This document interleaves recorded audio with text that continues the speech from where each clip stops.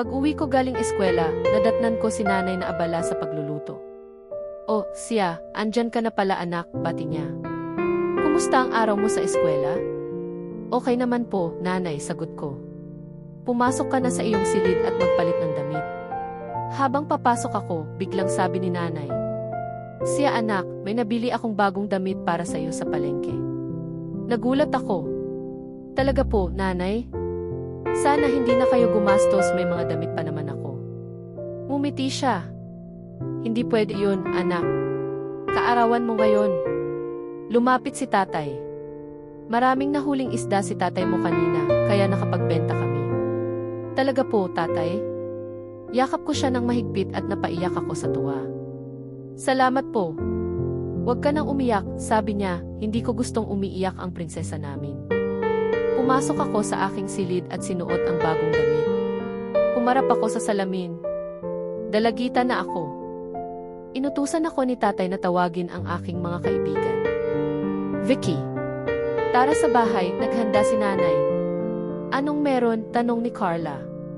"Ano ka ba, Vicky?" sagot ni Carla, "kaarawan ngayon ng kaibigan natin." "Ah, nga pala. Maligayang kaarawan." Pagdating namin sa bahay, abala si nanay sa paghahanda. Pinaupo kami ni tatay. "Kayo na muna, kami na ang bahala," sabi niya. Nagsimula kaming kumain. May tawanan, kwentuhan at saya. Matapos kumain, tinulungan ako ni Vicky at Carla sa pagliligpit. Ngunit dahil madilim na, hinatid na sila ni tatay pauwi. Tahimik na ang gabi. Hindi ako makatulog. Kaya napagpasyahan kong maglakad sa tabing ilog. Biglang may lumitaw. "Siya," tawag niya. "Si Mika." Hinawakan niya ang aking noo. "Pumikit ka." Sumunod ako. At nang muling magmulat, nagulat ako. May pakpak na ako katulad niya. Dinala niya ako sa isang kaharian.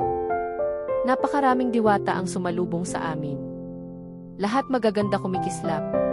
Lumapit ang reyna. Dahan-dahan niyang hinawakan ang aking mukha. At sinabi niya, "Dito magsisimula ang tunay mong pagkatao." At sa gabing iyon, hindi lang kaarawan ko ang ipinagdiriwang, kundi ang simula ng aking tadhana.